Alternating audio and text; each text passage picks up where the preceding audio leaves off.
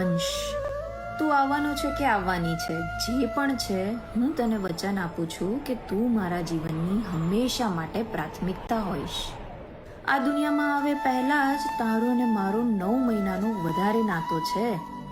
તારા આવવાથી જીવનમાં ઘણા બદલાવ આવવાના છે. અરે, આવ્યા પહેલા જ તું જ્યારથી મારાથી જોડાયું છે, ઘણા નવીન અનુભવો ઝીલ્યા છે મેં. તારી હસી મને હસાવશે અને તારા આંસુ રાતોની રાત જગાડશે. તારા બાળપણમાં મને મારી ઝાંખી દેખાશે અને તારા હાસ્યમાં પૂર્વજોની છબી દેખાશે.